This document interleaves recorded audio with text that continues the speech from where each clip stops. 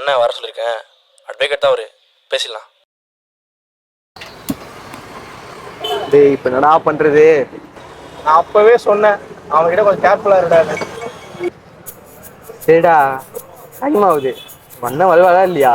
டேய் இருடா, பிரச்சனை முடியுமா முடியாதுன்னு நானே தலையை பிடிச்சுனுக்கிறேன். நீ என்னடா நேரம் காலை பார்த்துனுக்குற? மச்சி போனாச்சு பண்ணி கேளுடா. சரி இவன் வேற அண்ணன் ஏதோ கதை கிட்டதான் அவர் எவ்வளோ காசு வாங்குறாரு. டேய் வந்துட்டார் வா.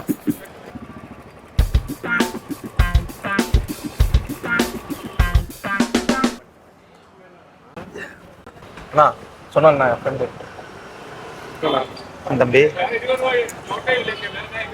தம்பி சொன்னா போலப்பா, ஒன்றும் பிரச்சனை இல்லை. அந்த அனுப்பு டீட்டெயில் எல்லாத்தையும் பார்த்துட்டேன். நீ கவலைப்படாத, ஃப்ரீயாக இரு, நான் பார்த்துக்கிறேன். ஓகேவா? இப்போ எதாவது சாப்பிடலாமா? டீ என்ன சாப்பிடலாமா? தம்பி 4 டீ உள்ள.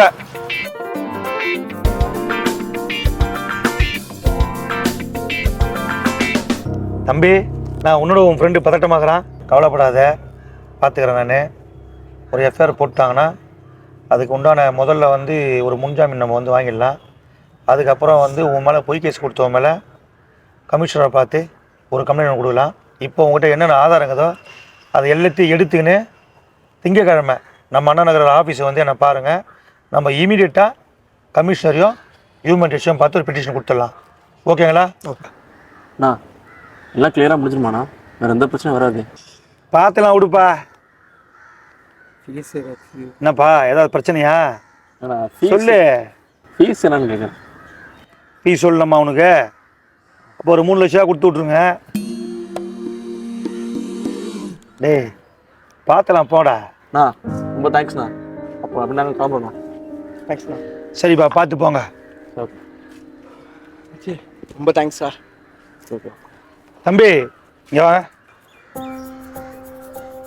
நீ தானே அந்த சோஷியல் மீடியாவில் அட்வொகேட்டில் கட்ட பஞ்சாயத்து பண்ணாங்கன்னு சொன்னாலே? அண்ணா சாரிண்ணா, தெரியாமல் பேசிட்டேண்ணா. இப்படி தான் நிறைய பேர் வந்து விஷயம் தெரியாமல் பேசுகிறீங்க. உட்காருங்க.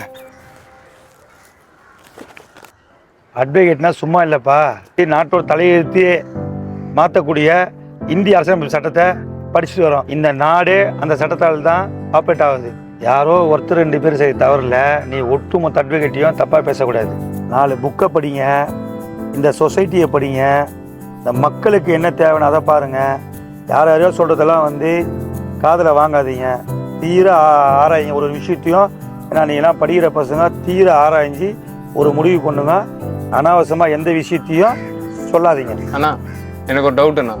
சொல்லுப்பா. இந்த நாடே சட்டத்தால் தான் ஆப்ரேட் ஆகுதுன்னு சொல்கிறீங்க, எனக்கு புரியல. இப்போ நம்ம இங்கே உக்காந்து இருக்கோமே, இது கூட சட்டம் தான் சொல்லுவீங்க போல இருக்கு. ஆமாம் தம்பி, நம்ம எல்லாம் இந்த பார்க்கில் உட்காந்து இப்போ பேசின்னு இருக்கிறோம். திடீர்னு ஒருத்தர் வந்து எல்லாம் ஏந்து வெளியே போகணும்னு சொன்னால் நீ என்ன நினைப்பேன்? அது எப்படிண்ணா? இது பப்ளிக் பார்க் தானே, நம்மளை மட்டும் வெளியே போக சொன்னால் தப்பு தானே? சரி, இப்போ நீ வீட்டுக்கு எடி போவ? இதோண்ணா பார்க்கு பக்கத்து தெருவில்ண்ணா, அது லெஃப்ட் எடுத்தால் நம்ம வீடுண்ணா. நீ வீட்டுக்கு போகிற வழியில் திடீர்னு ஒருத்தர் வழி மறிச்சு இந்த வழியாக நீ போகக்கூடாது வேறு வழியாக போகணுன்னு சொன்னால் என்ன பண்ணுவேன்? அண்ணா சிரிப்பாக இருக்கேண்ணா, யாருண்ணா சொல்ல போகிறா காரணம் இல்லாமல்? அப்படியா? சரி, உனக்கு என்ன ஆகணும்னு ஆசை? எனக்கு ரைட்டர் ஆகணும்னு ஆசைண்ணா. அதுதான் லிட்ரேச்சர் படிச்சுட்டு.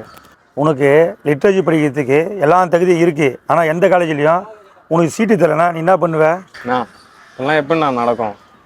ஒரு 75 வருஷத்துக்கு முன்னாடி ஒரு பெருங்கூட்டம் மக்களை என்ன சாப்பிடணும், எந்த வேலை செய்யணும், எந்த ரோட நடக்கணும், எந்த வாழ்வியல் முறையில் வாழணும், பொது வழியில் நடக்கக்கூடாது, குளத்துல தண்ணி எடுக்கக்கூடாது, பொது சுடுகாட்டில் இறந்தவங்களை புதைக்கக்கூடாது, என்ன ட்ரெஸ் உடுத்தணும், நிமிந்து பேசக்கூடாது, வராங்கன்னா வந்து தோல்ல துண்டை கட்டி இடுப்புல கட்டணும், சில இடத்துல வந்து செருப்பை கூட அவுத்து விட்டு தான் போனோம், பல ஊர்ல வந்து செருப்பே போடக்கூடாது, படிக்கவே கூடாது, கோயிலுக்குள்ள நுழையக்கூடாது, என்ன வேலை செய்யணும், எங்க வேலை செய்யணும், எத்தனை மணி நேரம் வேலை செய்யணும், இந்த மாதிரி வந்து சாதியின் பெயராலையும் மதத்தின் பெயராலையும் இந்த மக்களோட டெய்லி லைஃப்ல வழக்கமாகவே இருந்துச்சு.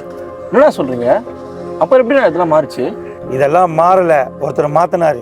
என்னது? ஒரே ஆளா? இப்போ நான் சொன்னேன்ல, இதை அனுபவிச்ச ஒரு மனுஷன் இது எல்லாத்தையும் மாற்றணும்னு நினைக்கிறாரு. அதுக்காக கஷ்டப்பட்டு படிக்கிறாரு, கடினமாக உழைக்கிறாரு, இந்த நாட்டோட தலையெழுத்தை மாற்றி அமைக்க வலிமை பெறுறாரு. அந்த மனுஷன் மட்டும் இல்லைன்னா இப்போ இருக்குது எதுவுமே இப்போ இருக்காமல் இருந்திருக்காது. சமூக ரீதியாக ஒடுக்குமுறையை அனுபவித்த மக்களை அதுக்கு எதிராக குரல் கொடுக்க வச்சது அந்த மனுஷன் தான். தான் படித்த அத்தனை அறிவையும் இந்த மக்கள் நலனுக்காக பயன்படுத்துறாரு.